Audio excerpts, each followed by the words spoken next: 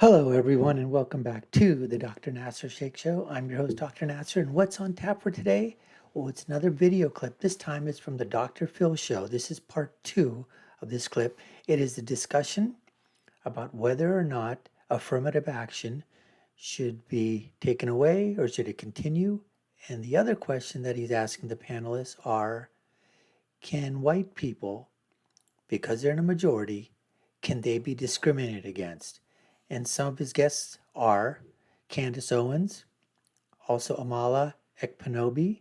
You also have comedian Tyler Fisher, and you also have a professor there, J. Luke Wood, and you also have Danielle D'Souza Gill, who's the daughter of Dinesh D'Souza.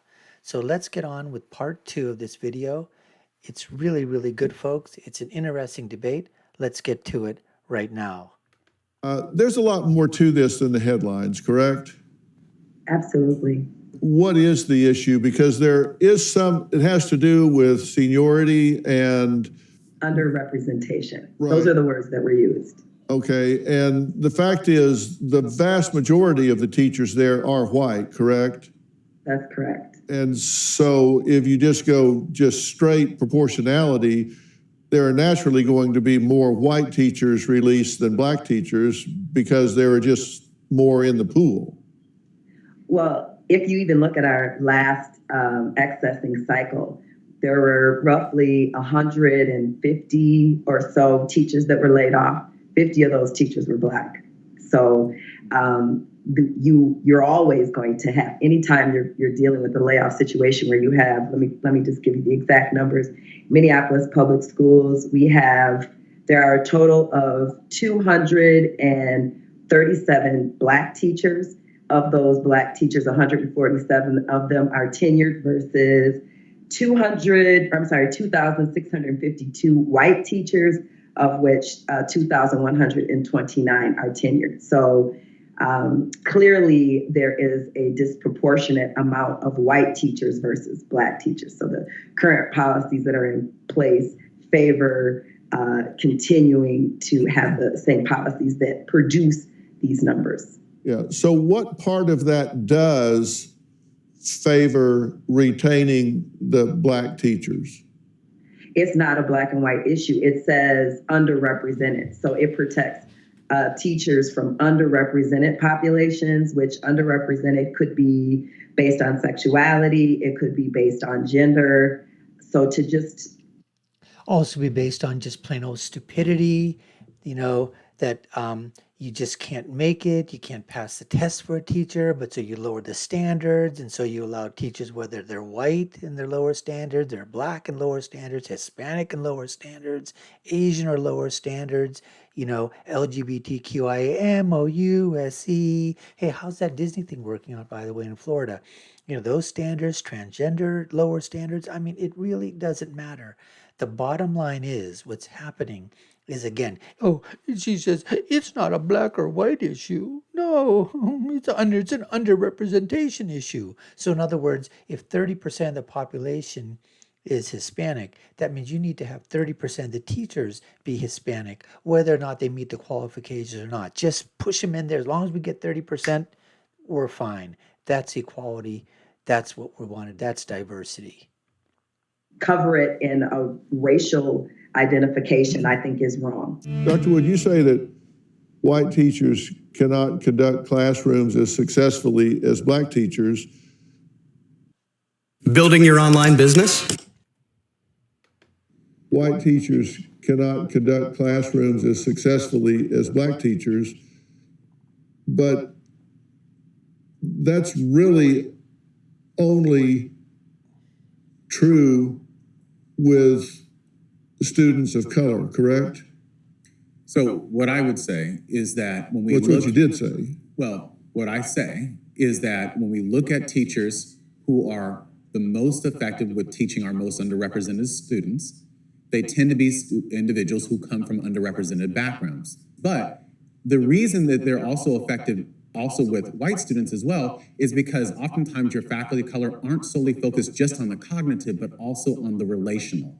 Because relationships are a foundational precondition to effective teaching, learning, counseling, advising, or any support practice. Said differently, it doesn't matter how good you teach. If you don't have a relationship with the student, you won't be as effective as you could be. And our faculty of color and staff of color tend to do that.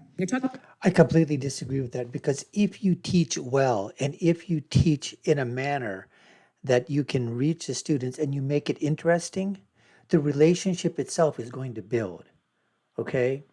It's a teacher-student relationship. The teacher is not there to quote unquote initially be there as a friend. A teacher is there to teach. He's not there to be a parent. He's not there to be a supervisor. He's not there to be somebody from the state that's controlling your child. A teacher is simply being told and being paid to teach your child a subject matter. Now, does that mean that you don't want to build a trusting relationship with a student and take interest in your students' lives and in their productivity and in their learning process? Of course not. You absolutely want that. And teachers, many of them go above and beyond that as well. And in certain cases, maybe they need to take some type of a supportive role if the student doesn't have that outside of the school. But they should try to make sure that there is some parental there's some parental involved. There has to be. Not some. There should be major parental involvement in everything that student does. But what he's basically saying is that you could be the best teacher, but if you don't have a relationship, not necessarily, because there's a lot of teachers that don't teach well, but you know what? They have a great relationship, but they don't teach crap. And some of the kids love that because there's nothing expected out of them.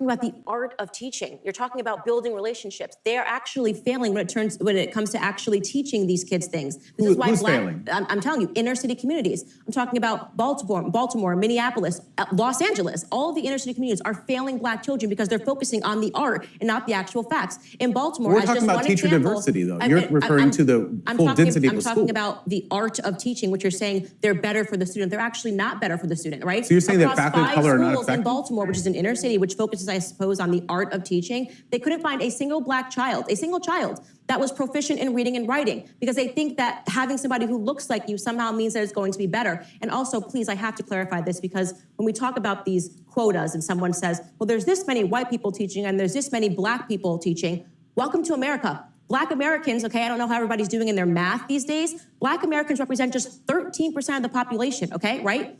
White Americans represent 60% of the population, okay? So if you walk into a room and you find that there's only 13% of the room that is Black American and 60% of the room is white American, you are actually walking into a room that is holistic. Amala, we were talking about what's happening in industry as well. And after Candace Owens just said that, I mean, that is so true. It's percentages. I mean, that's the percentage. So out of that 13% pool, how do you pull teachers out of that? So for example, if it's 13% of the whole population, but let's say in that area, the population density is 50% Black, does that mean that you need to have 50% teachers? Does that mean you need 50% doctors, 50% nurses, 50% 50% plumbers, 50% electricians, 50% drain cleaners? I mean, is that what you need? Is that what you're saying? I mean, it doesn't make sense, folks. Everything should be based on merit, meritocracy, not on these arbitrary quotas, as Candace was basically saying. They're always set up to try to skew the diversity situation. And Coca-Cola is getting a lot of attention for some of their sensitivity training with their employees. And Stupid your training. comment was that in part they're teaching some of their employees how, I say some, the white employees, how to be, quote, less white. Absolutely. How the hell do you do that? Well, she took me out tanning this morning, so she just kind of walked me around Hollywood. Oh, you should be a comedian. Well, I'd like to make the point that it's not just Coca-Cola that is engaging in this sort of activity and I'm these just sort of using it as an trainings. example. Yeah, it's a great example, and it's happening in corporations and in schools all across America, and they are effectively teaching people. Dr. Phil just lost the Coca-Cola advertising if he has that, by the way. Coca-Cola said, quote, how to be less white. They assume that things like being a perfectionist, engaging in or having a response to objectivity, having a neutral or a nuclear family, these are inherently extensions of whiteness. Listening to John Mayer. According to Coca-Cola, these are extensions of whiteness, and they actually engaged in trainings where they taught their employees how to be less white. It seems to me that if we're going to create this kind of balance at the university level or in industry, then we're going to have to create opportunities early on so everybody comes to that place where they're competing for the place in the university or the job with some kind of competitive equality. They've got the same educational background, they've got the same opportunities behind them. And if we don't fix that, I don't think we're ever going to get what we're trying to artificially create. And that is so true, folks. That is so true. In terms of what Dr. Phil is saying, is that it's all about when you start putting these quotas, when you start putting diversity numbers up, when you start saying that there's percentages in a community and that everything has to reflect what that community is, it's just not going to happen. Whether it happens to be, let's say, the dominant race, the dominant culture, the dominant religion. Let's say, for example, does that mean, for example, that if there's an area that is 50-60% Jewish, does that mean that 50 to 60% of everything now does Jewish law have to apply now, 50-60%, because you have 50-60%? Or if there's an area where that's 50, 60, 70, 80%, what in Dearborn, Michigan, for example, with the Muslim population, does that mean that that now has to be ruled by Sharia law in Dearborn, Michigan? Just because it's 80, 90%, Muslim? What about Hindu population? What about an atheist? Let's say there's a place where there's a ton of atheists. So you can see how crazy and ridiculous, this becomes in terms of everything. You take a look and go down every single, every single type of business entity you can think of, business background, business jobs you can think of. What people are, like I said, electricians, doctors, plumbers. I'm just saying off the top of my head, lawyers, attorneys, bankers. Do they have to reflect the community when you hire people? That, and then again, where's the merit? Two people equal in everything. Black, white, let's say a bunch of people, black, white, Hispanic, Asian, female, transgender, LGBTQ, gay, lesbian, whatever. You got a bunch of people, great backgrounds. Everything's all equal. Now you got to make a decision.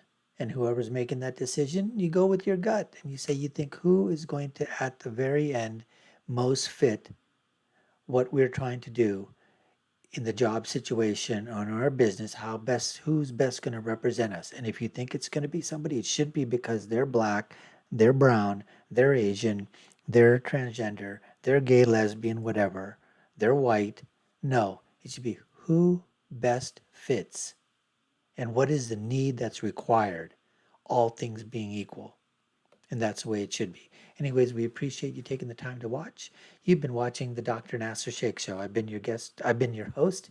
My name is Dr. Nasir. If you haven't done so already, subscribe to our channel, hit that notification bell, like, share, and follow us. Let us know what you think in the comments below. Do you think affirmative action should stay or should it go? And do you think that even though white people are in the majority, can they be discriminated against? We'll check your comments, and I'll leave you with my final thought, which is when you're right, and when you're left, you're wrong. We'll see you again next time, folks. Take care and stay safe.